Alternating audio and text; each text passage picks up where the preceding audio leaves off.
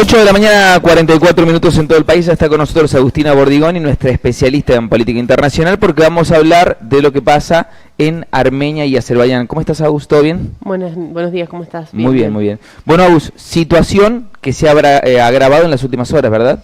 Sí, bueno, en la última semana, ¿no? Se escaló el conflicto entre Armenia y Azerbaiyán. Es un conflicto que viene, bueno, algunos lo explican desde el fin de la disolución de la Unión Soviética, ¿no?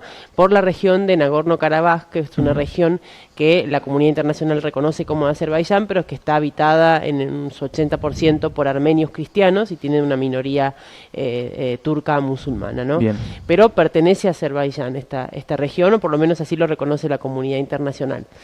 Pero podríamos decir que el conflicto en realidad viene de antes, viene de la época del Imperio Otomano, cuando se produjo lo que algunos países también reconocen como el genocidio armenio. En ese momento se intentaba crear una sola unidad territorial, con una sola nación, con una sola cultura, y los armenios no tenían lugar en esa configuración, ¿no? Y entonces se produjo lo que se conoce como genocidio armenio, en el que murieron 1 millón de personas, que es reconocido como genocidio solamente por 30 países, entre ellos Argentina, que lo reconoció como genocidio en 1987. Bueno, esta disputa por este territorio de Nagorno-Karabaj o República de Artsaj, como prefieren llamarlo los armenios, derivó después en la época de la Unión Soviética, en que cuando se dividieron estos países y se conformaron los nuevos países como Azerbaiyán, como Armenia, esta región quería pertenecer a Armenia, y esta región pertenecía pertenece a Azerbaiyán desde 1921, cuando Stalin se la dio como parte de una negociación a Azerbaiyán.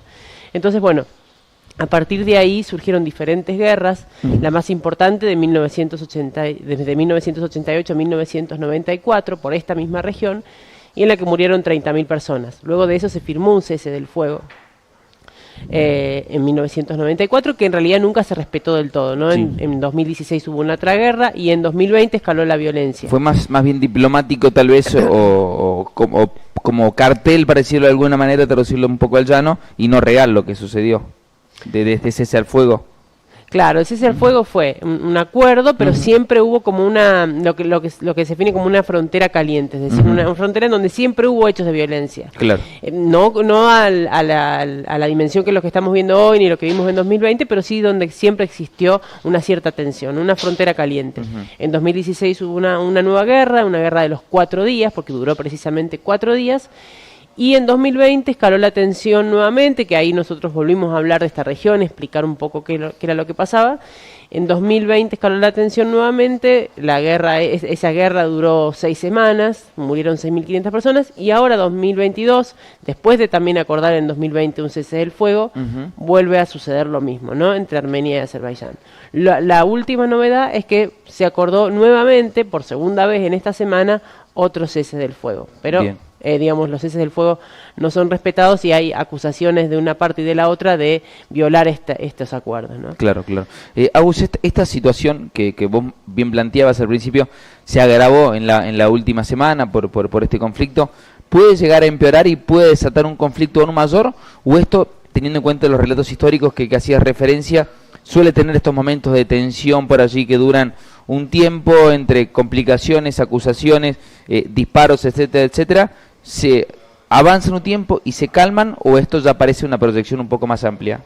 Bueno, la diferencia esta vez con quizás otros momentos de la historia que en realidad uno los ve parecidos es que hace un tiempo nada más, hace 2 o 3 semanas, los primeros ministros de Azerbaiyán y de Armenia se reunieron para iniciar un proceso de paz definitivo, ¿no? Con la mediación de la Unión Europea. Pero lamentablemente estos sucesos vienen a confirmar que estas negociaciones son bastante endebles, entonces es muy poco probable que se llegue, por lo menos en el corto plazo, a una solución, ¿no? Bien.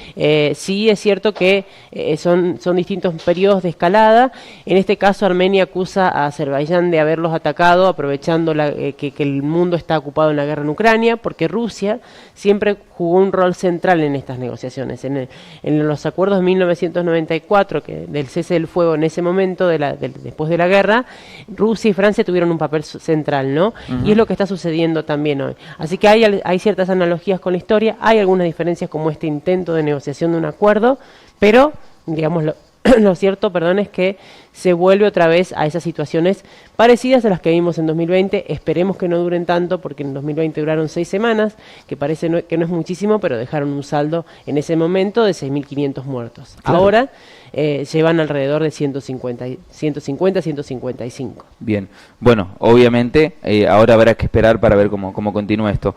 Agus, respecto a esta situación de los muertos y demás, ¿algún organismo se ha pronunciado, se puede llegar a pronunciar? Por ejemplo, la ONU, por ejemplo, Naciones Unidas. Bueno, la comunidad internacional siempre se pronuncia con respecto a esto. No hubo una gran respuesta, y no suele haber una gran respuesta cuando uno habla por ahí con representantes de la comunidad armenia, que además es la comunidad armenia en Argentina es la más importante de toda la región, ¿no? Claro. Cuando uno habla con ellos, lo que dicen es que la comunidad internacional no responde lo que debería, y uno podría explicarlo por dos motivos. Por un lado, por el lado de Estados Unidos, porque Turquía es un aliado fundamental y de hecho tiene bases militares en Turquía, y por otro lado de parte de la Unión Europea, porque Turquía, que es aliado de Azerbaiyán, también digamos oficia como colador para la Unión Europea con respecto a lo que son los refugiados, no dejándolos irse hacia Europa. Entonces, digamos, es un conflicto en el que no solamente están implicados Armenia y Azerbaiyán, sino también Turquía del lado de Azerbaiyán y Rusia del lado de Armenia, ¿no? Y creo que digamos el conflicto también tiene que entenderse en esas dimensiones. Bien. Así que creo que también la comunidad internacional actúa poco, y como lo vimos también en otros casos, ¿no? En el caso de Ucrania, cuando decíamos, bueno, las respuestas no son lo enérgicas que deberían, y bueno, porque en cuanto a la aplicación, por ejemplo, de sanciones, había diferencias entre los países por los intereses que cada país tiene en esos lugares. En el caso de Azerbaiyán, es un país además con una importante reserva de petróleo, y es una región que es estratégica en cuanto a el transporte también de gas y petróleo desde Europa hacia el resto del mundo, ¿no? Entonces, creo que hay ¿sería el principal conflicto o por el que se habría originado en aquel momento el conflicto?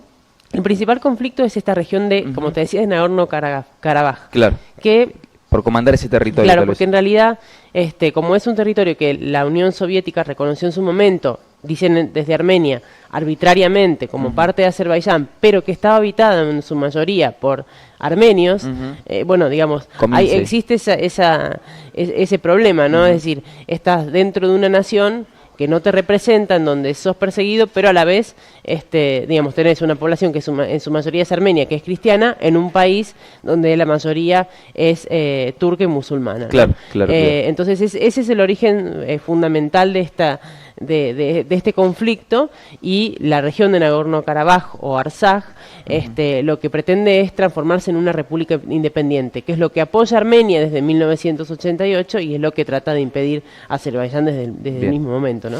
Agus, gracias como siempre, buena jornada. Gracias a vos. Hasta la próxima. Seguimos, hasta las 10 estamos, dale. Conectate con nosotros a través de nuestras vías de contacto. En WhatsApp al 2664 690841